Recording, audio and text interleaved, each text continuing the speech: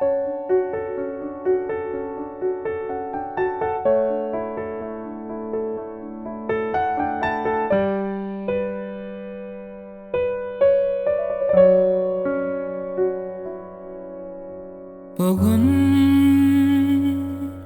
küfeyen seni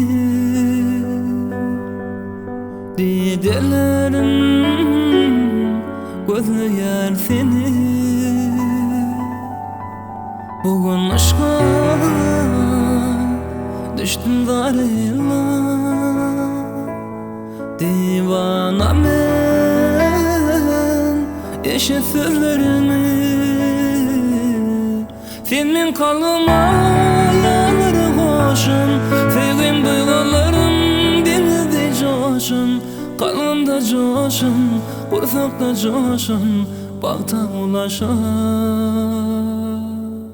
Çarlaklar aydın men yarama Rehmeylep gelsin ol men ağır halıma Çarlaklar yeterim yarama Ay kimin orada gelsin men yanıma Çarlaklar yeterim yarama Ay kimin orada gelsin men yanıma Çarlaklar yeterim yarama Gün kıvıyla orada gelsin men yanıma